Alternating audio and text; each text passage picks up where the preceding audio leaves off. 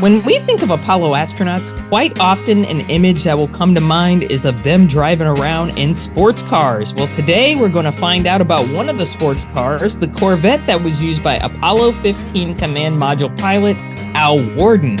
And to do that, we're joined by Max Kaiserman from Luna Replicas, who has managed to acquire this historic car in order to preserve and restore it. Many of our listeners have got Luna Replicas clothing, and we'd love to see what you've got. Send them some photos via our social media pages at Space and Things 1 on Twitter and at Space and Things Podcast on Instagram and Facebook, or via the contact form on our website. And if you get a moment, please consider leaving us a review on the podcast platform that you're using to listen to us. That will really help us out. But right now, enjoy episode 117 of the Space and Things Podcast. Oh my God! Unbelievable, but it is right to touch.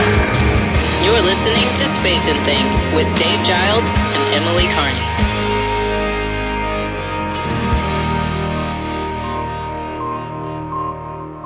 I'm Emily Carney. And I'm Dave Giles, and welcome to episode 117 of the Space and Things Podcast. How you doing, Emily? I'm doing great. A little tired. There is a lot going on this week. We're both traveling next week, so I'm preparing for that. But I'm very excited. I'm looking forward to it. So it's going to be really cool. Yeah, there's always a lot to do before you go away, isn't there? To get everything in all your ducks in a row, I think is the expression. Exactly. Get all your stuff in order and do it. And I got to pack and all that. I got a lot to do, but it's going to be worth it. Absolutely. So let's crack on with our main feature. Last week, Emily and I spoke to Max Kaiserman, founder of LunaReplicas.com, to talk about Al Worden's Corvette. Max is a friend of the podcast, and if you've been listening for a while, you'll recognize him from way back on episode 15, where we discussed Luna Replicas and their amazing products. And Max also helped us set up our interview with former NASA flight director Jerry Griffin on episode 38. It's always great to speak to Max, who is so passionate about spreading the word about spaceflight and using props and materials to try and inspire other people to want to find out more. He's also just a lovely guy who likes to bring people together, so that's worth celebrating. As we'll soon hear, Max recently took ownership of Al Worden's Apollo 15 Corvette, along with Al Worden's grandson, William Worden Pinchak. I think that's how that's pronounced. If it's wrong, please let me know. And we can't think of anyone better to be looking after such a historical artifact. So put on your seatbelt and get ready to go for a spin as we learn all about the Astrovettes and what is so special about this car. Hello, Houston. The Endeavour is on station with cargo, and what a fantastic sight. Beautiful news. Romantic, isn't it? Oh, this is really profound. I'll tell you, it's fantastic. All right. Welcome back, Max. And thank you so much for joining us once again. So you're refurbishing Al Worden's Corvette. But before we get to that, for those who don't know, what's the story behind the astronauts having Corvettes back in the 60s and the 70s? Emily, that's a great question. It's really nice to be here. Nice to see you guys again. Once upon a time in around 1959, when they first announced the Mercury 7, there was a Indy 500 race car driver by the name of Jim Rathman. Later in life had purchased and owned a General Motors dealership. So he sold Corvettes in Florida. They just closed a couple years ago. Rathman Automotive was around for a long time. They owned a number of GM dealers. And he basically said, as a promotion for General Motors and for Rathman Automotive, I'm going to give an astronaut whatever GM car he wants for a year. It was $1 a year. It was a lease through General Motors and through Jim Rathman. And as the story goes, 6 of the 7 Mercury astronauts got Corvettes, and John Glenn got a country squire station wagon because he was clean Marine family man, But no, that's how it started. These guys had Corvettes in 1959, 1960, whatever it was. From then on, if you were an astronaut in the program, or if you were, I'm not sure if it was just any astronaut or if it was, you had a mission coming up or something like that, you could get for $1 a year any GM car that you wanted. And usually they gave them back at the end of the year. Some guys bought them out, but it was a long-standing thing. So by Apollo 12, 1969, The Apollo 12 crew of Pete Conrad, Al Bean, and Dick Gordon decided they wanted 3 matching Corvettes, and it was going to be something different, not just something off the showroom floor. They had them painted in gold and black. They were matching 427 big block Corvettes, and they went everywhere with them. They were just, that was ubiquitous with the Apollo 12 crew, was these gold and black Corvettes. Well, the backup crew for Apollo 12 was Dave Scott, Al Worden, and Jim Irwin. And they said, when we have our shot, we're going to get 3 matching Corvettes too. And so sure enough, 71 comes around. They order 3 matching Corvettes in red, white, and blue. And frankly, actually, Al Worden said he thought the gold and black was kind of tacky.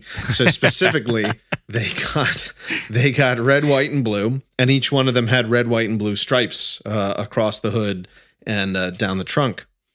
There's a phenomenal picture from Life magazine that they're talking about the lunar rover. Apollo 15 was the first J mission, which was the first mission with a lunar rover aboard. And they also had these cars, so it was a picture of the lunar rover and the 3 cars somewhere out in the desert.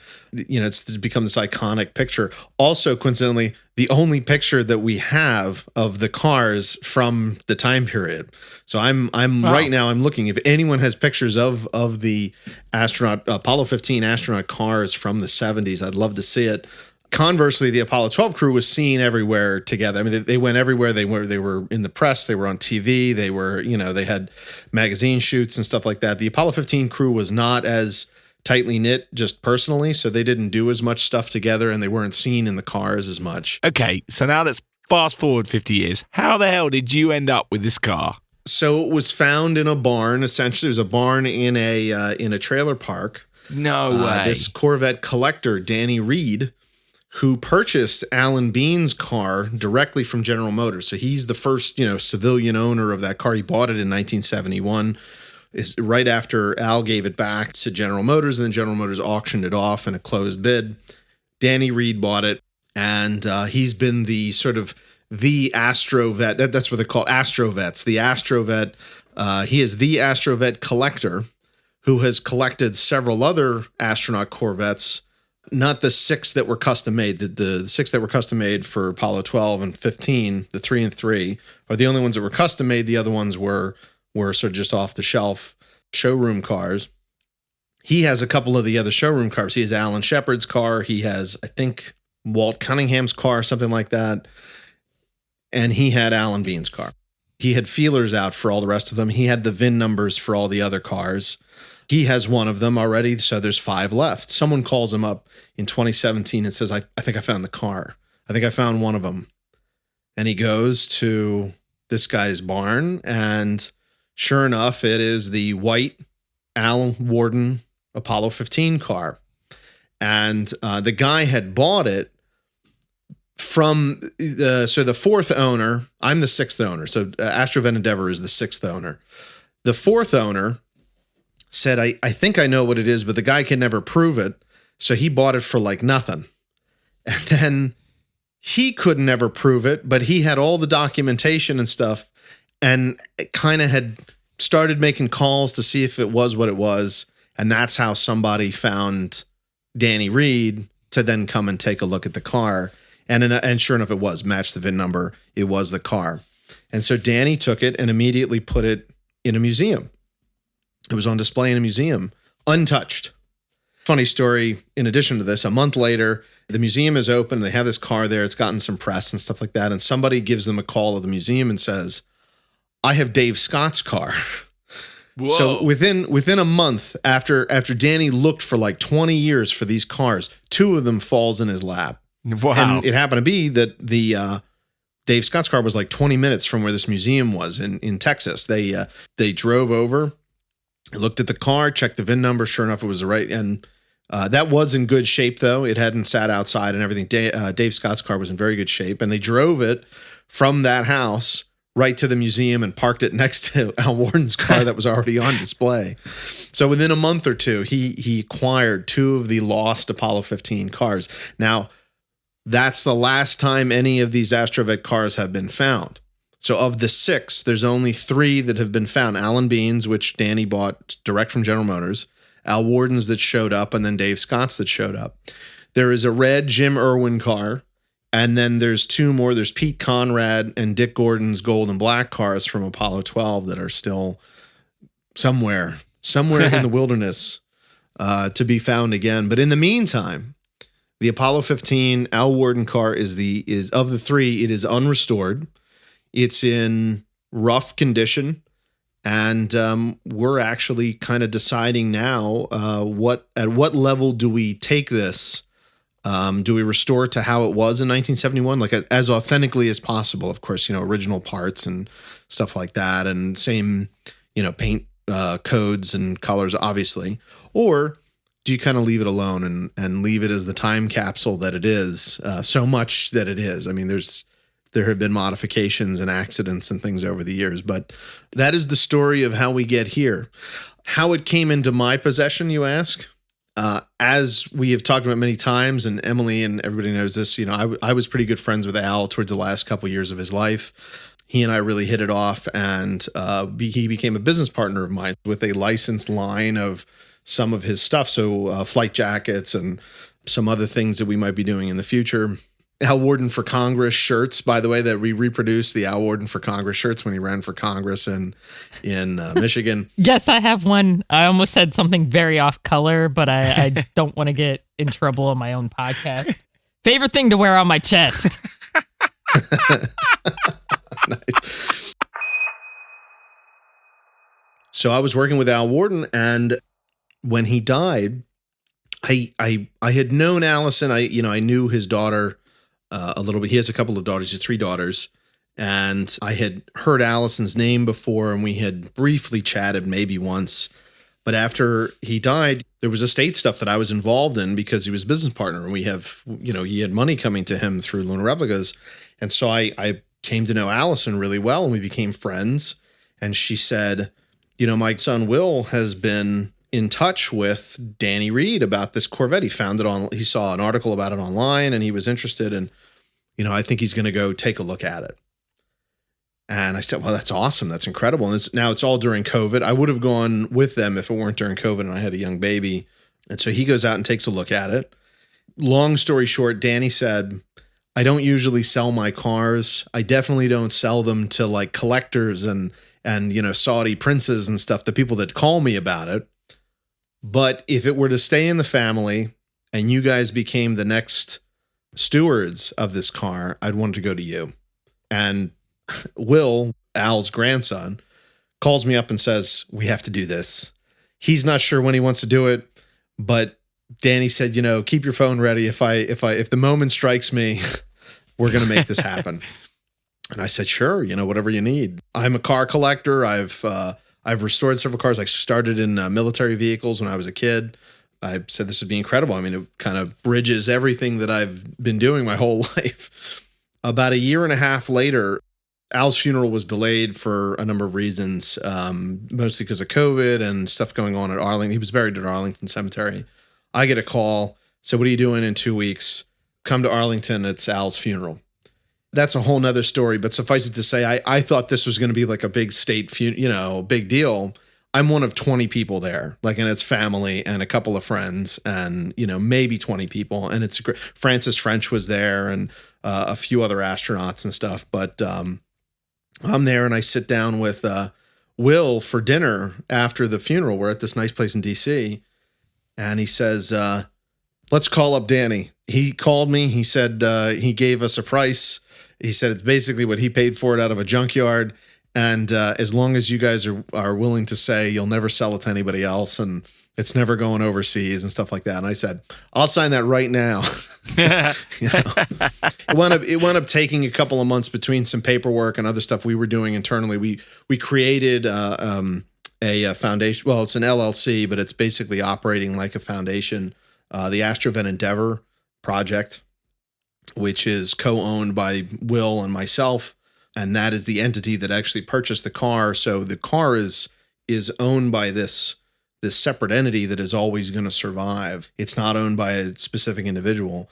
Okay, other than the fact that, this is a Corvette, it's a classic car, it was owned by, a famous Apollo astronaut, what also makes this vehicle, really kind of special and unique? From a nut and bolt perspective, not a lot. It's a 1971 LS5 Corvette, which is the big block Corvette. They made two different engines and then kind of different accessories for those engines. So there's different flavors of Corvette. It's a big block Corvette with a different paint job. I mean, that's honestly what it is. But it was ordered directly from General Motors. The paperwork on it's very interesting. Usually there are these dealer codes and stuff when you look up paperwork. And there's a organization called the National Corvette Restoration Society, NCRS, that is incredibly detailed with all this. I mean, Corvette restorers and owners are insane. I mean, down to every little sticker and nut and bolt and piece of paperwork, whatever you got. Incidentally, after I started working on Al's Corvette, I was just trying to get it running so it could be safely trailered, to museums and stuff like that, and then possibly to restoration shop. I said, it'd be really cool if I had my own that I could drive around. And sure enough, I bought a 1972 Corvette that's fully restored. That's mine. But so when I'm working on Al's Corvette, and I'm like, you can't really drive it around for a number of reasons. Obviously, it's one of the most historic cars, one of the most historic Corvettes in the world. Also, it just doesn't drive really well right now because it's it's sat outside for 20 years. I hop in mine and I take it around the block. Which leads me nicely into the next question. How much renovation is actually needed? Obviously, it's sat outside for a while, so I'm guessing the paint in particular probably needs a bit of a touch up, but it's not that drivable, or it is you can, or how bad is it? Well, so when I got it, it came on a trailer from Texas, just outside of Austin, came to me, which is an interesting story by itself. I thought it was going to be sold off for parts or something because the guy picked it up and it was the guy didn't speak a word of English. There's this Russian guy that picks up and drove it into in a car trailer all the way from Texas, and he got to my house in 2 days. It was incredible. He must have driven all night, which I think is illegal, but I don't know. And he was this surfer dude. Apparently, he would surf up and down the coast when he was driving these cars. This is all he did was transport cars and surf. Anyway, it gets to my house. It won't turn over. The engine wouldn't run. There's a lot of gunk and stuff like that. And it also turned out that I guess when they strapped it down to the trailer, one of the tie rods for one of the front tire actually had come loose. So the tire was flapping. It was loose. I had to drag the Corvette up my driveway. I have a World War II Jeep, and we dragged it up the driveway with my Jeep, which was kind of fun. So it didn't drive, it didn't stop, and it didn't steer. and over the course of about 2 months, and I filmed all of it, I got the car driving, stopping, and steering just enough so that it was safe to get on a trailer. I did drive it around the block a couple times, and I may or may not have done a burnout in it once or twice, just because that's what you have to do if you have a big block Corvette. You gotta tear the rear tires loose every once in a while. Just got a massive amount of torque with that 454 cubic inch, which in liters, I think it's a 7.8 liter, something like that. I appreciate you doing that conversion for me. No problem. But I did the burnouts for Al. I know he'd appreciate that. Yeah. He was a huge fan of Corvettes. Actually, he owned several Corvettes after that. He gave this one back. By the way, this one rolled off the line on February 14th, 1971. So it is the Valentine's Day car. Ah, nice. It's either the 14th or the 15th, right around there. It's Valentine's Day or the day after Valentine's. How appropriate, given at the time that Al was living at the ultimate single bachelor pad with the shag carpet and the staircase, the spiral stairs. Yeah, he would loan his apartment out to other astronauts on dates and stuff because he had a designer come in and design it. He had some New York designer come in and do it. It was swanky. It was a swanky pad, He was one of the first openly divorced astronauts. That before, if you got divorced, you were out of the program. And it was whatever was Scott Carpenter or one of them that they kept it a secret for a number of years. He was very progressive, I'm sorry. I'll shut up. I'm getting off on a tangent. It's your show, Emily.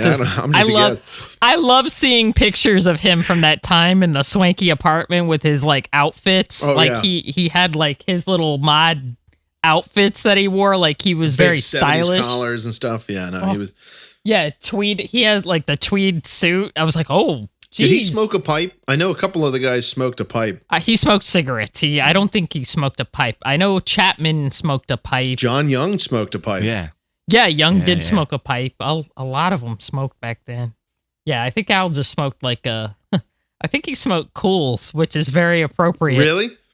He told me this story. We were having dinner and I said, you guys are all chain smokers. Like, when do you stop smoking when you go on an Apollo mission? And he says, well, so 6 months before the mission, you stop smoking, throw the pack away, stop smoking.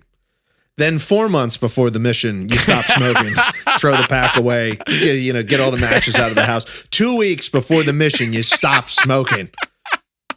The morning before the mission, you stop smoking. You go on the mission, get back on the recovery ship, you start smoking again. Oh, yeah. Yeah, exactly. He smoked the day up to the mission. So the next question. So what are your plans now? We know that you love museums and using things to, inspire the next generations. Are you guys going to display it or put it on show or something like that? Everything. Yes. Everything.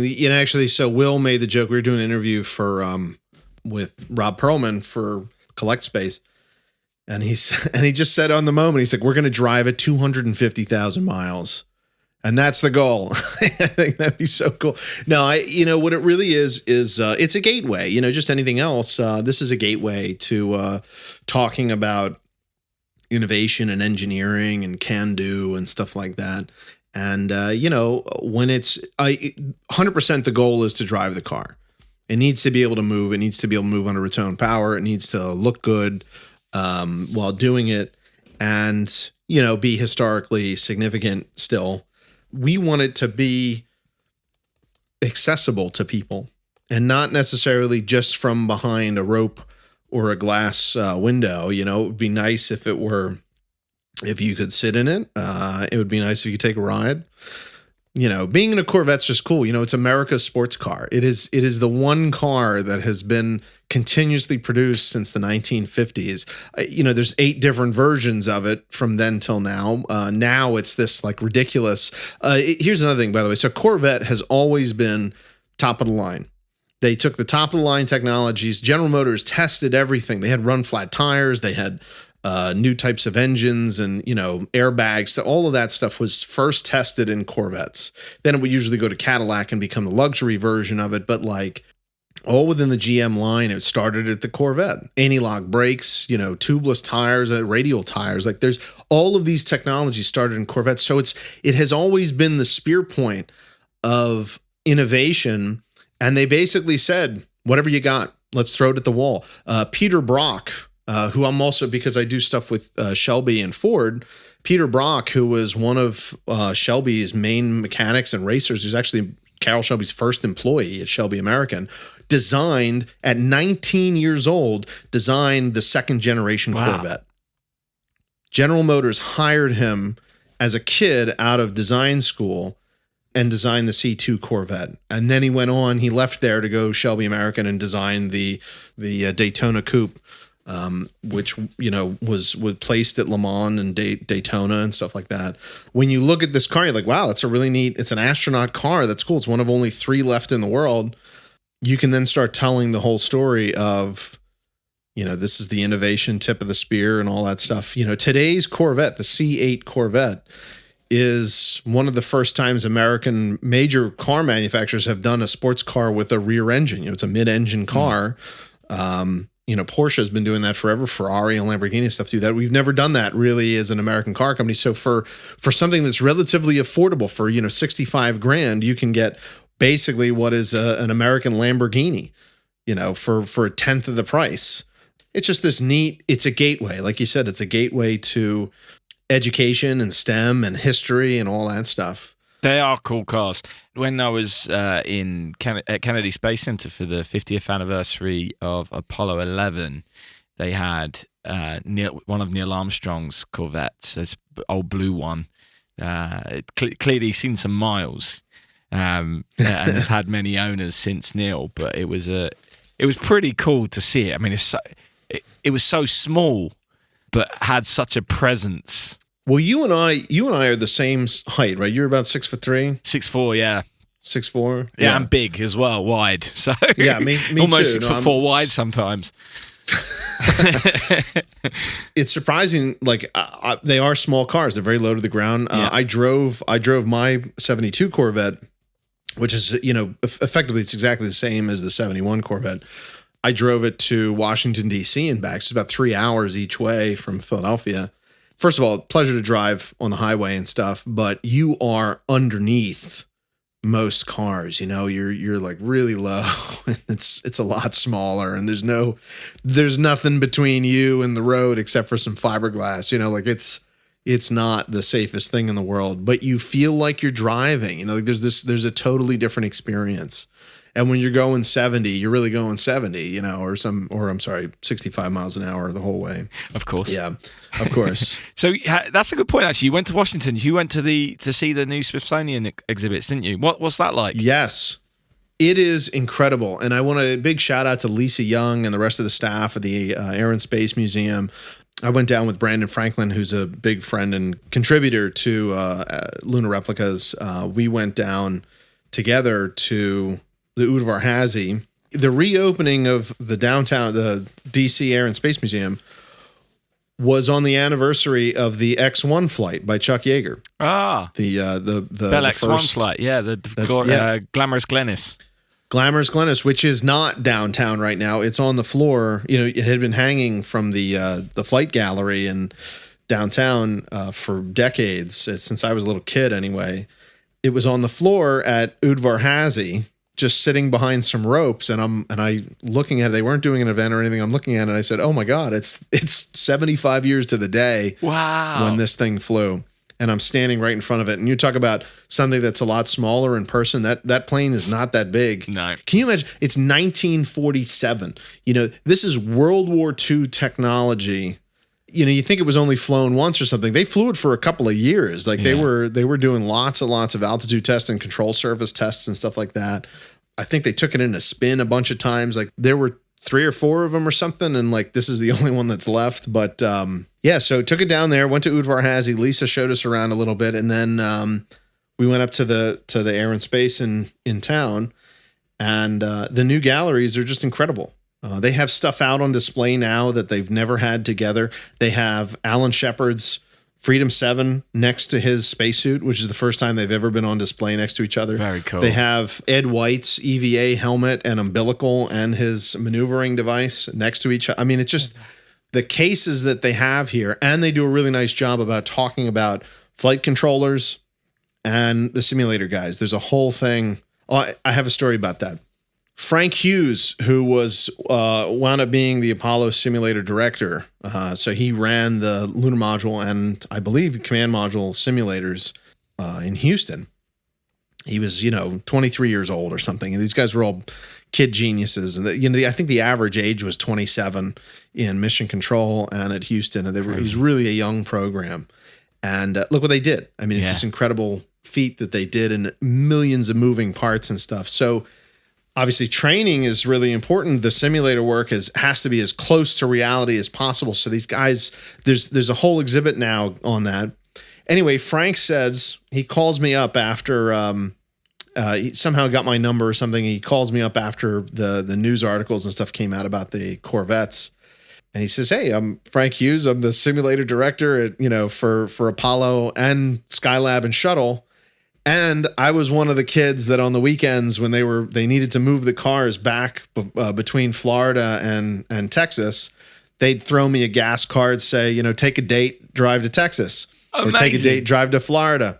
And he says, "Oh, I drove them. I must have done it 5-6 times with, Alan Shepard's car, Dave Scott's car. And, he said it was such a blast. It's a long drive, by the way, especially going 55 miles an hour or whatever. But like, he said, "Yeah, I've clocked a lot of. I probably clocked the most miles in those astronaut Corvettes during the program because I was one of these young kids, single, and got a hot date and took her down to Florida for a weekend. And the astronauts would fly everywhere. They'd fly in T-38s all over the country. But I guess when they went to fly, I always wondered when they between Florida and Houston, how they'd have the cars because I they seem to wondered that always too. have those cars with them, you know.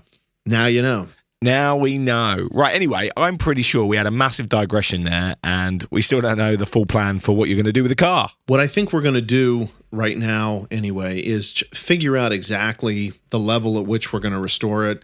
And part of that is going to be a discussion itself. Right now, the car is at the Simeone Foundation here in Philadelphia. It's one of the most amazing original car collections in the world. Normally it's devoted to racing cars, but in this case, they made sort of an exception for a pop-up exhibit. Check it out. Simeone Foundation is really absolutely incredible, and it's in the middle of nowhere. Like, it's in a warehouse near Philadelphia Airport. It is a public museum, so it's open every day, but their whole thing is their cars are all original, and they drive every single one of their cars. No matter how rare it is, no matter how expensive it is, they have stuff that's worth $50, $80, $100 million, and they drive it. So they have a team of mechanics, they have restoration experts, they have conservation experts. You know, there's a difference between restoration and conservation, where you stabilize something in conservation, you keep it original, versus restoration, where you at different levels, you bring it back to a state that it was in the past. We're actually going to make that a conversation. There's going to be talks about this while the car is there, and she's there right now, has been there for the last 2 months on display, a part of this Destination Moon exhibit that we created together, which plays a bunch of photos and videos in the background on a projected screen. And then actually they project the surface of the moon on the floor in front of the car, which is really cool. They move it, it moves a little bit. So it looks like the car's driving on the moon. It's a great little exhibit. It's this total pop-up exhibit, something really fresh and new. But what we're going to do is we're going to bring people in, and we're going to do panel talks, and we're going to have audience members, and through their website, kind of vote on what people think we should do with the car. There's going to be some involvement, and it's going to be really neat to talk about how do you approach the restoration, from a historical standpoint, from an academic standpoint, versus what we would like. We would love it to look like it's brand new, that it rolled off the line. It's February 1971, or it's August 1971. They're just about to fly Apollo 15.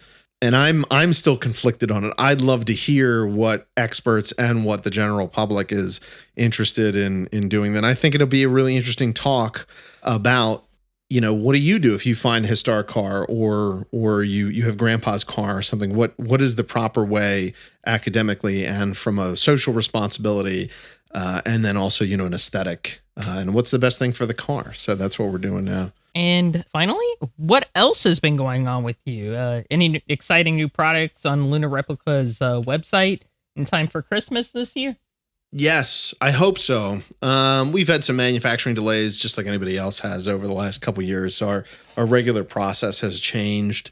But we're always going to have flight jackets in stock. So all the flight jackets have been restocked recently. We're doing the same Type 1. So early Apollo, early Gemini, through the end of Apollo, we're doing pretty much every flight jacket, and the survival jackets, which were never really used for any kind of press programs or anything like that. They were used in training, and there's some really cool photos. And it's also really, really comfortable. It's this fur, it's fake fur, but it's this white fur lining. It's just the most comfortable jacket. And especially as the weather's changing now, get one of those. They're super warm and they're awesome. And they're this big red kind of silky material. So you will definitely stand out in the cold. We are also working with Chris Gilman at Global Effects, who is the provider for pretty much every space movie and, armor and space and all that. They do very nice reproductions of spacesuits and new design spacesuits and stuff too, stuff that no one's ever seen before. Chris is an incredibly talented machinist and obviously has an amazing eye for detail. This company is known for being incredible. It has not been released nor announced yet, but I guess it will be now. We're working on this. They are in production.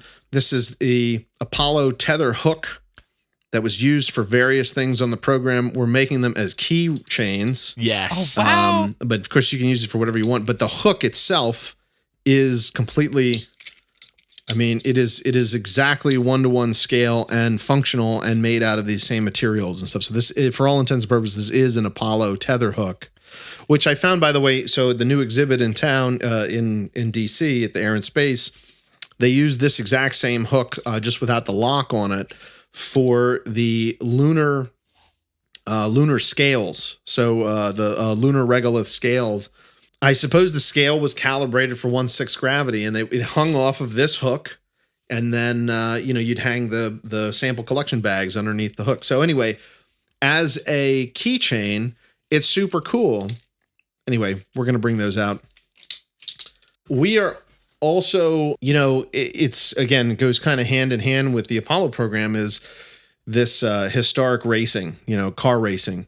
A lot of the astronauts did that in their spare time. They were SCCA racers and stuff like that, which is kind of like the weekend racer program, non-professional amateur racing, and then some professional racing, as well. I think Scott Carpenter owned a Shelby Cobra from Shelby, whereas most guys had these Corvettes and other things that they would go race on the weekends. I have, over the last several years, have been involved with Shelby American, helping out with some of the movies and TV things that have gone on historic racing. Under license by Ford Motor Company and Shelby American, we're bringing out the reproduction team uniforms and jackets that were worn from 1963 up to 1969. The sky's the limit there. We might even come out with some versions of driving gloves and shoes and, other clothing, which I think would be really cool, is to do a whole kind of lifestyle brand where it takes you back to this 1960s thing. If only John Young were still alive, because John was probably the most stylish. He and Al, I think, we got to have a whole line of John Young, pastel turtlenecks and tweed jackets. I think that'd be a lot of fun. Yes, like Brooks Brothers type exactly. little jackets. 60s Brooks Brothers, like Ralph Lauren kind of, eleganza. Yeah. No, we're not doing eleganza, but the... around 1972, around Apollo 16, John Young started looking real good, around that time. Woo! I'm sorry. I'll shut up. That was when he, sort of eased into his image, that he kind of stuck with, I guess, for the rest of the turtleneck and pipe and all that, yeah. Right, tell you what then. What I would like is you to work on this for me, Max. A John Young replica pipe. Where instead of using it for tobacco, I would like one where I could blow bubbles out of it. Bubbles, do the bubbles, sure. Every time I go into a pipe shop and ask if they have bubble pipes, they seem really offended. I don't know why, but I really want a pipe with bubbles. I think it would be amazing. You ask for a bubble pipe in the wrong place, you're going to wind up with a bong. We'll do good point. We do a Saturn V shaped bong. How about that? Amazing. See, all these ideas. Right? I know, we need to do this more. Well, I'm going to pay you guys. Yeah, around 1972, Young was really starting to come into his image or something. I don't know. This whole time period, and I'll preface this with this. I mean, everything has a deeper meaning with me, right? You don't get any free lunch. Emulating the past is an exercise of pick and choose a little bit. There were some terrible things going on back there. It was the Vietnam War and segregation and Jim Crow. This was not a great time in history for a number of reasons. However, interspersed amongst that, there were some amazing things that were accomplished. If you boil them down and you take the good parts and let the bad parts fall away, you get this kind of really neat style. And you get an inspiration for the engineering things. And it's even more inspiring that people did these things during a lot of this strife. Despite the amount of segregation and sexism and stuff, there were still female engineers in the program. There were Asian Americans and African Americans that started to, especially the early shuttle program and stuff, they made a conscientious effort for that.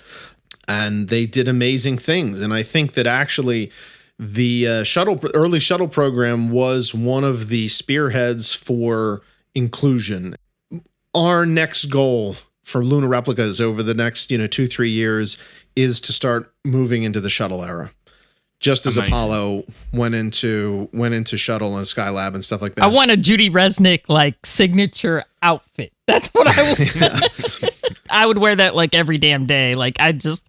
That's who I wanted to be when I was a kid.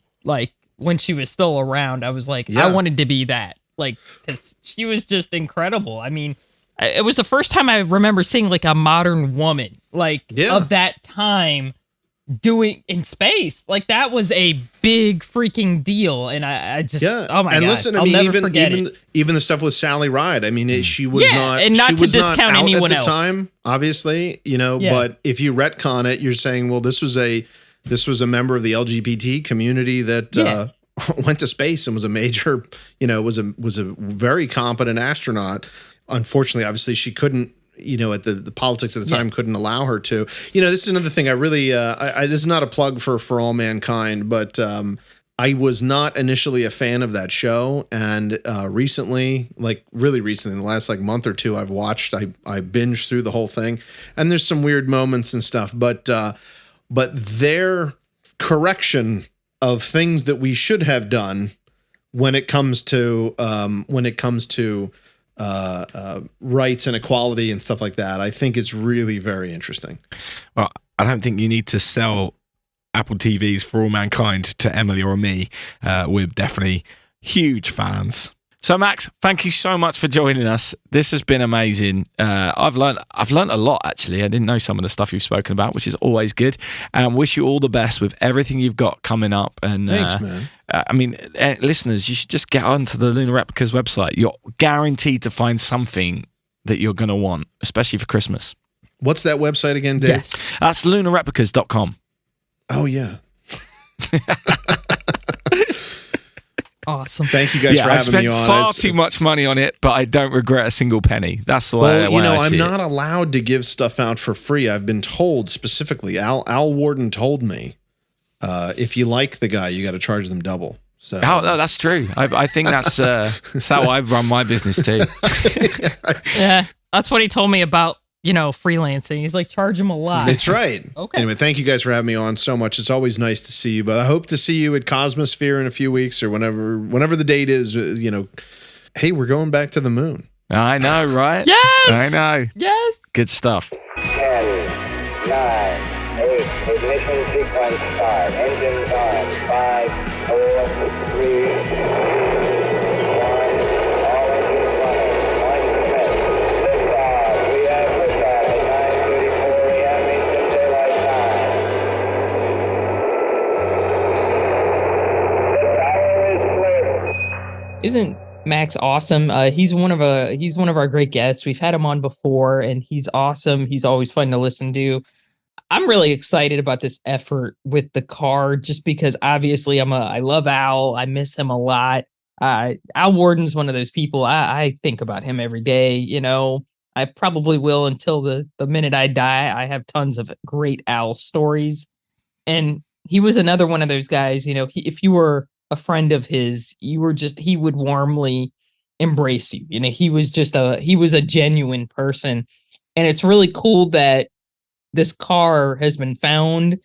Like Max said, it would probably cost a ton of money to restore it fully to its 1971 status, but it's neat that this artifact at least is out there and it exists, as kind of like this kind of neat nostalgic transportation to that age, to that time period. Max touched upon this in the interview. Not everything about that time was great. You had the 60s and 70s in the United States. Politically, there were a lot of problems. Yeah. Kind of like the time we're living in now. It was the best of times. It was the worst of times, because now we got Artemis going on, and yet we still have political turmoil. Technology has not fixed everything, but it's still nice to look back at certain things of that time with some nostalgia. For example, the cars and how amazing they were. Absolutely. I think the best part of this story is it's been sat there for 50 years without anyone knowing it was there. Like the fact that no one knew who had it and it's been discovered. How do you lose a car? I know, especially that car that's been in Life magazine, with that photo, the infamous photo where they're all posing with the lunar module, and stuff like that. Like, yeah, how do you lose that vehicle? I agree. It's amazing. I think what Max does is amazing. I think that what he tries to do with Luna Replicas in getting to the bottom of how these things were made, how these outfits were made, and finding the stories behind it. And then, I mean, obviously, you buy them for a premium. When you do if you get an opportunity to, that they're not cheap, but it's all about trying to inspire people with these items as well, and the outreach that he does with this stuff is amazing. He's just a real good egg. I'm a big fan. I'm a big fan of buying stuff from that website. I spend far too much money on it. Me too. I love buying stuff from there. I mean, just oh my god! Even the t-shirts, even like just the standard t-shirts. They've got great t-shirt designs on there. Yeah. I think I've got every single one of them. I love them. I have a pair of AOs from there, and American Opticals, and those are like my favorite things of all time. Like instantly, if I ever feel like have a bad day and I just feel like, man, I'm a dork. Like I screwed up something and made an idiot of myself on a Zoom meeting which is usually every day. I'm a loose cannon. Those glasses will make you feel immediately 1,000 times. There's something about them. They got that astronaut power. Yeah. They will make you feel 1,000,000 times cooler. Like, yeah, I'm a badass. I didn't screw up today at all. No, I'm bulletproof. I have a jacket too. I love my jacket. I wish I could wear it more often because I'm in Florida and we get like 1 day of cold weather a year. So I have it in a garment bag so it doesn't get messed up or anything like that. And it's exquisite. It's my favorite thing. But those glasses will make you feel. Sometimes I'll just wear them on a plane as like a sleep shade, and immediately people think like, oh wow, that person's bad. No, they don't. But still, I'd like to think that people think I'm, wow, that's pilot as hell. So yeah, that's my favorite thing. I really like the personal training gear. I think I've got 4 or 5 of those t-shirts. They're so comfortable. I need the shorts because I love there's this great video. It's one of the cheesy mid-60s like educational videos, and it's called something like Great Day Today or something like that, or something like that. And it's a video about the astronauts training regimen and how they exercise. It's hysterical because it's so like set up, like it's not candid at all, but like they follow like, here's how John Young exercises on the road. And he's in a hotel room doing sit-ups, and you can tell he's like over it. He's like, I don't want to do this anymore. But one of the clips is of Al Worden and Mike Collins playing handball, wearing the outfits. And I think the Luna Replica stuff is based on that clip. It's certainly that era. Yeah. Yeah, they're really short shorts. I like wearing them. I'm not sure that other people like being around me when I'm wearing them. I would wear them around my house, maybe. Like, I remember when I was in the military, we had similar shorts, and I'm not a very big person. I'm 5'2" on a good, like in the morning, I'm 5'2", and they're very short. Yeah. Extreme. Yeah. Not my favorite pants in the world. So I would probably wear them in my house, maybe. But anyway, everyone should just go over and find something on that website and support what Max is doing. It's great. It's lunareplicas.com. And if you want to watch that full interview, then just head over to patreon.com/space and things, where you can also watch every other interview we've ever done in full as well. So head over to there. But thanks, Max, for joining us again. Hey, congratulations. This is real good. So, Emily, what's caught your eye this week? I'm hoping I don't steal what you're talking about. But one thing that's caught my eye, actually, just today was European Space Agency is releasing their new astronauts tomorrow, who they are. How have I not seen this? Okay. I was worried that I would steal what you were talking about. So this is good. No, not at all. Apparently tomorrow they're releasing whoever they're going to be announcing their new astronaut class. I think this is the newest astronaut class that's been announced since the one from 2009, which has a lot of, Tim Peake, Samantha, Christopher Reddy, Thomas Pesquet, all those. So I think this will be the first group since then. It is. They also, when they released an announcement, for new astronauts, I want to say a couple of years back, they said, we want people, with disabilities to apply. I'm really curious to see who's going to make the cut, because we may see possibly the first astronaut with an open disability, maybe somebody who's lost a limb. I should say agency astronaut, because last year during Inspiration 4, Haley Arsenault flew in space, and she has a internal prosthetic because she had bone cancer. She obviously did wonderful during her flight, and to my knowledge, had no issues at all. So I'm really excited to see this. This could be something that's a total, in my opinion, a game changer for how we look at astronauts and who can fly into space, as far as accessibility is concerned, because we all love that archetype. And we even talk about it, during today's episode. We all love, the right stuff, the vintage astronauts from the 60s, and they were all in pretty much flawless shape, Yeah. There was a gentleman, and I forgot his name, but Colin Burgess discussed it in the book Shattered Dreams. There was a gentleman in the mid-60s who applied for NASA to become an astronaut, and I want to say he was missing, if not one leg, possibly both legs. I could be wrong. I'm trying to do this from memory, but he'd been in a really bad plane accident and suffered a limb loss, and he applied to NASA, and obviously he didn't make the cut, but it's a really cool chapter about, there really wasn't anything, in my opinion, I'm not a doctor, but there wasn't really anything to hold him back. To me, there was no real reason he couldn't be an astronaut. Does that make sense? I guess the logic at the time would have been some of the evacuation processes in an emergency required the guys to get out pretty quick. Yeah. And run down corridors, stuff like that. So perhaps that was the thought process. It's possible. Yeah. I'm just speculating. I have no idea. Yeah. But we've seen the videos of those evacuation taking place. So maybe that was it. I would have to reread this chapter again. It is in the Colin Burgess book, Shattered Dreams.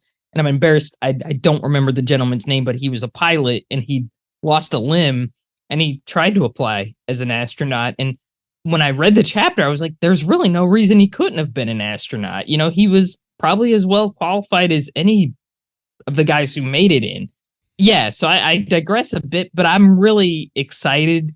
I'm hoping we get to see a little, sort of I guess body diversity, limb diversity, maybe. I don't know. Maybe there's somebody hearing impaired or something like that. I mean, I don't know. I'm just guessing. For all I know, they may have not hired anybody with a obvious disability, but I'm just speculating here, but I'm very excited to see who's going to be in that class. For all we know, it could be something that really changes our view of what an astronaut is. And I think that's important as humanity extends out into the high frontier. No, seriously though, as humanity goes out further into space, we need to see all kinds of people going, and that includes somebody who may be, have a limb difference or may have neurodiversity or something like that. Somebody who might not be fit the right stuff archetype. I obviously completely agree. I will say that I think you might be disappointed tomorrow because I have a feeling it was a separate program and therefore I think it might be something that they announce at another time. I may be wrong, but my memory of the announcement was it was something slightly separate. You may be completely right. I may be remembering this incorrectly because it's been a while. In a couple of years. Yeah, it was definitely a thing and they definitely talked about it and it was definitely something people could apply for. But I'm not sure if it's being announced at the same time. Yeah. If it is, amazing. If it's not, we'll want to be asking the question, when does that program come out as well? Because it's still important. But I just think we need to perhaps temper our expectations a little bit and not... I don't want to set Issa up for getting a bunch of hate mail, Absolutely. As long as they're still doing it, as long as it's not disappeared altogether, but it might not come out tomorrow. Exactly. And there's part of me that thinks it needs its own announcement anyway, because let's make a big deal out of this. I agree. Because it's important. Do you know what I mean? I completely agree. So whatever happens as far as that entire situation is concerned, I'm really excited. And I guess we'll see a new astronaut class for Europe tomorrow. And I'm also wondering what countries they're going to pick from. It would be neat to see like Belgium get an astronaut or something like that. I don't know if they'll get. I'm just saying it would be kind of neat to see a country that hasn't had an astronaut maybe get one this time. Yeah, we'll take another one as well. Hey, I'm going to do something that you normally do. I'm going to drop a name. When I was speaking to Tim Peake in May, he was talking about the application process and how he was part of the screening, how the astronauts that are currently there are all part of that process, and how they were getting down to that final interview stage. I completely forgot that this was coming up. So I'm kind of now annoyed that the next few episodes are pre-recorded because we're not going to be able to talk about this for a few weeks. Yeah, that's actually very exciting. So thanks for bringing that up. So, Dave, what has caught your eye this week? Well, obviously Artemis. But obviously Artemis has. I just assumed you were going to talk about it. So I didn't bring it up. Well, it kind of has something to do with Artemis. The astronauts whoever gets selected might fly on Artemis. We don't know. That's a good point. Well, let's just very briefly say how amazing it's been. The launch, everything, the flyby that happened yesterday as we're recording. It's been amazing that the rocket went. I think at the end it was within feet per second of where they thought it was going to be. I mean, it's for all the delays, for all the years of is it going to go, from all the full starts, it's doing exactly what Ken said last week when we were interviewed, or 2 weeks ago, whenever it was, when we were talking to him about it. It's working perfectly so far. Yes, it's still got stuff to do, but this has been an impressive couple of weeks, hasn't it? It's been well worth the wait, and being somebody who helps maintain a very large spaceflight group on Facebook, we get so much annoying crap like, I don't even want to say it, people hoping it'll fail. So we've heard, a lot of dire, it's not going to work, and we hope it, whatever. And I couldn't be happier that it's worked out. But most first launches do not go flawlessly. Usually there's something that, like the first shuttle launch was not perfect. There were problems. It was to the extent, I think if John Young later said something like, if I had known, I would have gotten out of there. But this one looks, just right down the line. And I was watching it from here and I'm still like, I can't believe I saw it. And it was huge. You could tell from here, I was like, I can't believe I saw something that was the size of a building going that fast. It just, yeah, it's not miraculous, but it sure seemed like it. Oh my God. Yeah. One thing I would say about the launch, well, I've got two things to say about it. One, it came off the pad so much quicker than the Saturn V did. Yeah. It clearly moves like quickly, which was really quite something. The one disappointment, obviously, I can't go outside and watch it from here. We have to rely on the live stream, and I hope that NASA get better with cameras on the rocket or showing the rocket. The animation that they skipped to was also quite poor, no telemetry data, all that kind of stuff. We're spoiled these days with how SpaceX do it, and I think I'm clearly someone who's into it and excited and loved it anyway, but potentially they will lose out on, especially when you start putting humans in there. If they don't get that right, I think we know what it's like. People are going to moan. People who are into it are going to moan, and people who are on the fence about it all might not be as inspired as they could be if they get it right. The technology is there. We know it can happen. So they need to reach out to their people who are doing it right and say, hey, let's get this right. Yeah. I don't want to be negative about it, but I just think it's really important. I think the graphics could have used some help. I agree totally and I think, like you said, we're spoiled because we have SpaceX. And back in the day in the United States, we had like Walter Cronkite, we had CBS, ABC, NBC, and they all had sort of their own animations. It looks very primitive now, but back then it was pretty, high-tech animations. I think we got kind of spoiled by all that. I agree. I think the graphics could be better and have the telemetry on them and all that. Like you said, I don't want to be too negative or anything. Honestly, I didn't watch a lot of the launch coverage because I was too scared.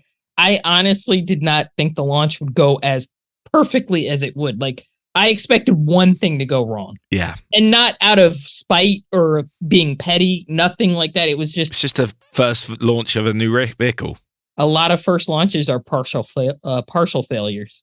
You know, absolutely. Because they've never flown it before. They don't know how it's going to react, you know, but no, this looked pretty much right. I was shocked at how well it went, but I shouldn't have been. It's NASA and they make it look easy. Kind of like Simone Biles makes what she does look easy, but it's not easy, you know? Yeah.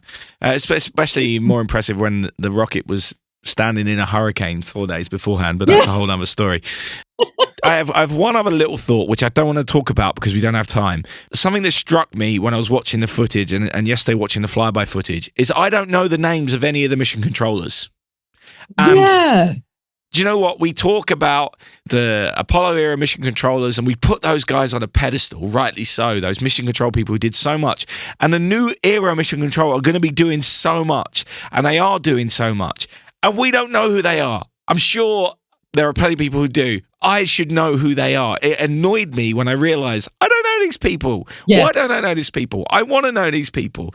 I want to love and respect these people as much as we do Gene Kranz, Jerry Griffin, and Glyn Lunny, and John Aaron, and so on. Names I can roll off my tongue. I want to have that relationship with these people who are doing it now. I really agree with you. Yeah, totally. You know, I know a few people just because they're friends of mine, and you know, I know them because I'm friends with them, but I feel ashamed because I don't know their colleagues, you know, and it shouldn't be like that. I agree. They should be superstars as well. I think John Young said it, you know, we're getting out of the superstar business because he didn't want to be a superstar and stuff. And I think since the 80s, you know, shuttle astronauts were a little more anonymous. You know, mission controllers became a little more anonymous. But I agree. I want to see them be championed and celebrated, especially, you know, since we're going to have people going to the moon. That's about as big as you can get. You know? Absolutely. You don't get any bigger. Well, if you haven't changed any, it's really something else. I tell you, John has been telling me about him for 3 years, but ain't no way you can describe it. That's it for this week. The next 3 shows are all being pre-recorded as I'm off to the US to visit some air and space museums and to meet Emily for the first time. Woo! And Emily is heading to New Mexico for a Celestis launch before coming to meet me. So it's a pretty exciting time for Space and Things. We've got 3 great episodes recorded though, so make sure you're subscribed so you don't miss a thing. Thank you for listening, and a special thanks to those who continue to share the podcast with your spaceflight loving friends. A big thanks to those who have joined us on Patreon too. That really does help us out a lot. You can do that on patreon.com/spaceandthings. Someone purchased a t-shirt from our website this week too, so maybe that might be something you'll want for Christmas. But in the meantime, don't forget, in space, no one can hear you mean. Space and Things has been brought to you by And Things Productions.